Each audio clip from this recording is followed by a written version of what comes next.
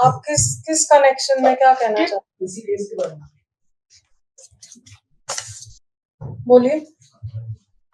Ma'am, ये सबसे पहले तो मैं ईडी के ऑफिसर्स का और कर्मचारियों का शुक्रिया अदा करना चाहता हूँ, जितनी भी अभी तक इन्वेस्टिगेशंस हुई हैं वो बहुत कॉर्डियल एटमॉस्फेयर में हुई हैं।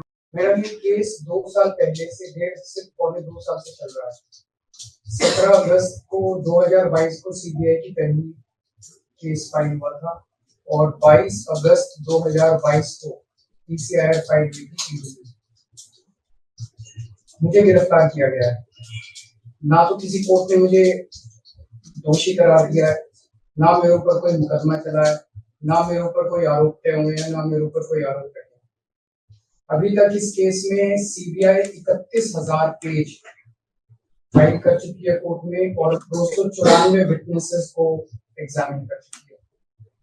ईडी लगभग 162 विटनेसेस को एग्जामिन कर चुकी है और 25,000 पेजेस फाइल कर चुकी है। इन सारे विटनेसेस और सारे कागजों को मिला के मुझे क्यों गिरफ्तार किया गया है? मेरा नाम सीधे सीधे 4 स्टेटमेंट्स में आता है, वो मैं आपके सामने रखने की इजाजत चाह रहा हूँ। आप ये सब राइटिंग में देना चाहेंगे? नहीं, मैं 1 मिनट मैम, प्लीज मुझे बोल लेने दीजिए। नहीं, बोलने का ठीक है, बाद में दे दूंगा राइटिंग, बाद में राइटिंग में दे दूंगा। आप फिर राइटिंग में ही दे दें कोर्ट में। I will take it on record. मुझे बोल लेने दीजिए। चलिए बोलिए। मेरा चार्ज क्या आता है? पहला, सी अरविंद मनीष सिसोदिया जी के सेक्रेटरी थे।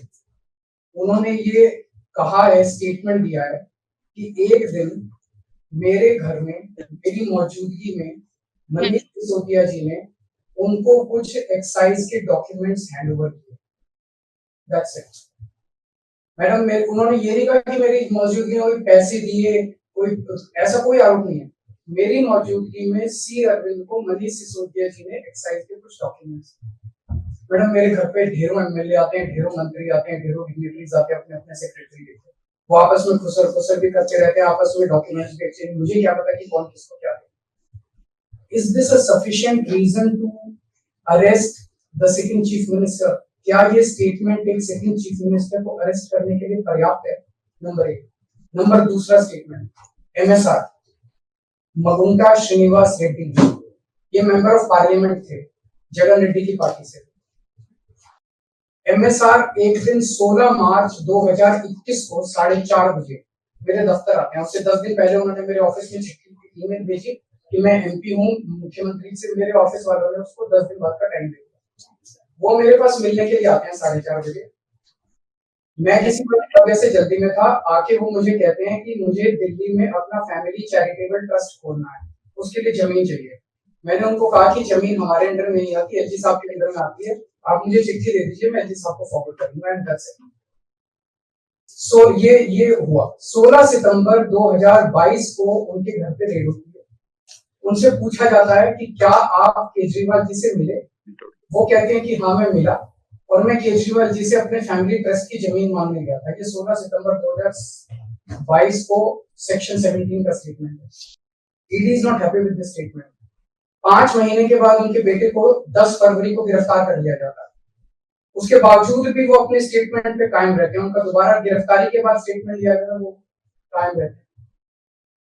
5 महीने जब उनका बेटा गिरफ्तार होता है तो बात टूट जाता है। 16 जुलाई को बदल लेते हैं। एक मिनट, लेट मी जस्ट आपसे आशीर्वाद चाहता हूं, please allow to the gallery, since it is a virtual, this thing is playing to the gallery. Please allow me to speak. This court is allowed. But the thing is, sir, alright, so many things. I get your point, but the thing is, आपकी submissions मुझे लग रहा है काफी lengthy हैं। नहीं है madam, आप writing में दे दीजिए। Only 5 minutes. I will just complete in 5 minutes. Why don't you give in writing? I will just complete in 5 minutes. Please allow me. I will not permit more than that. Please allow me. Alright, करिए बोलिए। उसके बाद वो 16 जुलाई को वो अपना statement बदल लेते हैं। 18 जुलाई को उनका बेटा छूट जाता है। उसके बाद उनका कोई स्टेटमेंट नहीं होता। That's it. स्टेटमेंट पे स्टेटमेंट हो रहे थे जब तक वो अपना स्टेटमेंट मेरे खिलाफ नहीं दे रहे थे। जैसे उन्होंने मेरे खिलाफ स्टेटमेंट दिया, बेटा भी छूट गया, स्टेटमेंट होने भी बंद हो गए और 3 अक्टूबर को उनका माफीनामा भी हो गया। Mission accomplished. इसका मतलब ईडी का मिशन केवल और केवल मुझे फंसाना था। 3 सेक्शन 50 के स्टेटमेंट है मैम, तीनों से सेक्शन 50 के स्टेटमेंट है, they are equal in the eyes of the law, तीनों बराबर है, तीनों की ग्रेविटी सेम है। तो उसमें से एक स्टेटमेंट के तवज्जो क्यों दी गई, क्या जांच की गई है जानने के लिए उसमें से एक की तरफ बाकी दो गलत है। जो 25,000 पेज ईडी ने फाइल किए हैं कोर्ट के अंदर, उन 25,000 में जो केजरीवाल के खिलाफ वाला स्टेटमेंट है केवल वो लगाया गया, बाकी दोनों स्टेटमेंट दबा दिए गए। क्यों मैम? कोर्ट के सामने तीनों स्टेटमेंट लाए जाने चाहिए थे ताकि कोर्ट डिसाइड कर सके सच्चाई क्या है। चलिए ठीक है। एक मिनट मैम, तीसरा स्टेटमेंट है उनके बेटे का, राघव मुगुंटा से 16 सितंबर को उसके घर पे जब रेड होती है उनसे स्टेटमेंट लेते हैं, he says whatever his father had said। उसके बाद 10 फरवरी को उनको अरेस्ट किया जाता है। उसके बाद उनके 5 स्टेटमेंट्स होते हैं, पांचों स्टेटमेंट्स में वो वही बोलते हैं जो पहले बोला। फिर 5 महीने तक वो जेल में रहते हैं। उसके बाद जब 16 जुलाई को उनके पिताजी स्टेटमेंट बदलते हैं तो 18 जुलाई को उनको छोड़ दिया जाता है। तो 7 स्टेटमेंट्स उनके हुए, 6 में वो मेरे खिलाफ नहीं बोलते, 7वें में जैसे ही मेरे खिलाफ स्टेटमेंट देते हैं उनका उसके बाद कोई स्टेटमेंट नहीं होता, उनको जेल में छोड़ दिया जाता है, उन्हें माफीनामा दे दिया जाता है। तो जो 6 स्टेटमेंट्स हैं ये रिकॉर्ड पे नहीं लाए जाते। चौथा है शरद रेड्डी के केस में 16 सितंबर को उसको अरेस्ट किया गया, 16 सितंबर को उसने अरेस्ट हुई, उसने मेरे खिलाफ कुछ नहीं बोला। 9 नवंबर को उसका स्टेटमेंट दिया, उसने कुछ नहीं बोला। 10 नवंबर को उसकी अरेस्ट हुई। उसके बाद उसके 9 स्टेटमेंट्स होते हैं मैम, 9 स्टेटमेंट्स वो मेरे खिलाफ नहीं बोलता।